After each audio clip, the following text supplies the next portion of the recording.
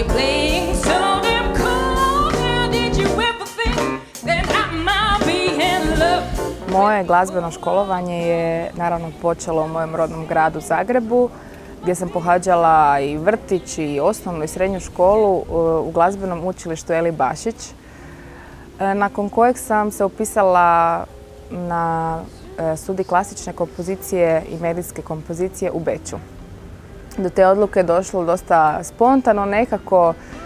Zapravo sam htjela otići negdje, htjela sam ići van, kako se kaže, i bila sam komponirala već tada i kao tineđer, ali uglavnom te neke svoje jazz, soul pjesme.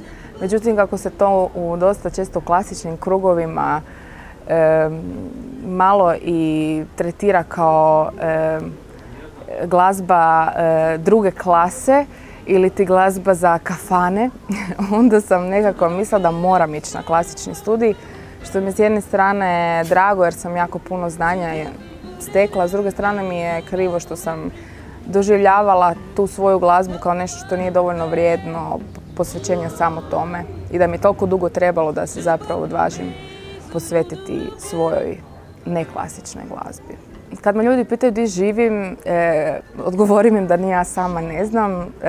Živim oficijalno u Zagrebu, međutim stvarno puno putujem.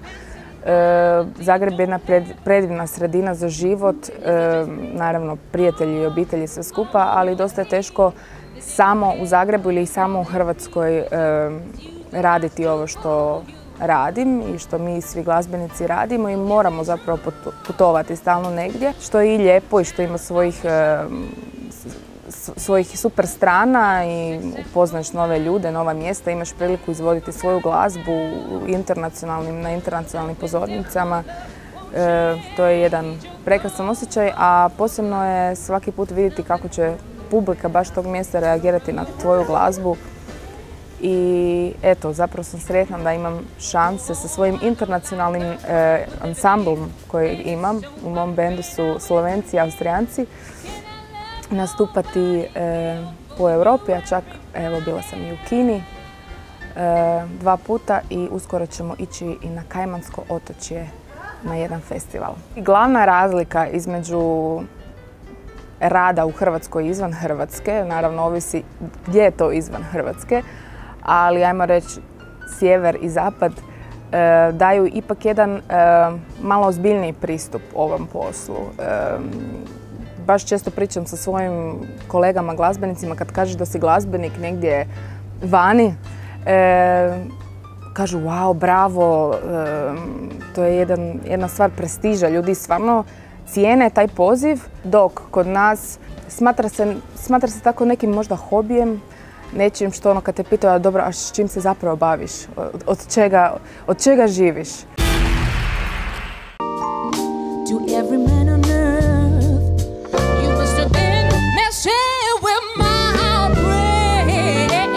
Prije par godina bih rekla da uspjeh u ovom poslu znači biti omniprezentan na sceni internacionalnoj, da magazini pišu o tebi, da imaš super kritike albuma, da imaš pozive u velike koncertne dvorane i tako dalje.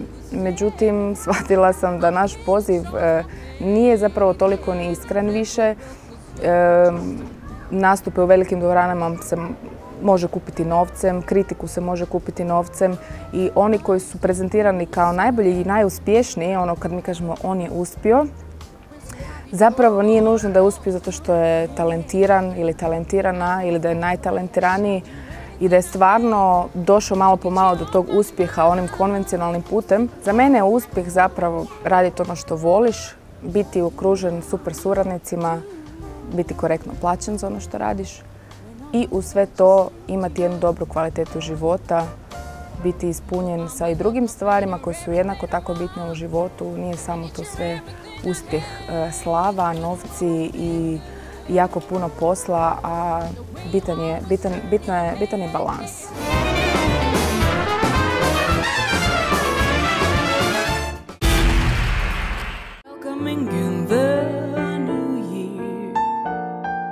Biti žena u ovom pozivu je zapravo dvosjekli mač, mogu reći. S jedne strane je jedna zgodna, lijepa, atraktivna žena može definitivno privući automatski na prvu više pažnje od bilo koga, pa tako i onda nekog ko će ti dati koncert, ko će te angažirati i tako dalje. Međutim, isto tako se u isto vrijeme moraš boriti sa jednim stereotipom koji postoji da žena ne zna ili ne može dovoljno dobro, jednako dobro kao muškarac neki konkretan posao napraviti. Do sad su poslovi biti skladatelj, biti aranžer, pogotovo tako ne dirigent, tako neki pozivi su bili uglavnom rezervirani za muškarce. I onda ako si žena koja se baviš tim do sada muškim poslom, onda se moraš boriti sa tim nekim na prvu stavom, pa čekaj, jel to ona može, ona je ipak žena, ona je pjevačica, obično su žene pjevačice u ovom poslu i eto, postoji tako jedan stereotip da ne možemo ništa više od toga. Moram priznati da nisam imala neka konkretna velika negativna iskustva s time, već je meni veći izazov ovaj posao i ovaj poziv uskladiti sa svojim privatnim životom i sa tim nekim balansom za kojeg mislim da je najbitniji u životu. I eto, jednog dana, ako budem bila i majka, to je ono što mislim da će biti najveći moj izazov i najveći moj uspjeh onda ako ćete me pitati tada ako ću uspjeti to sve ishendlati.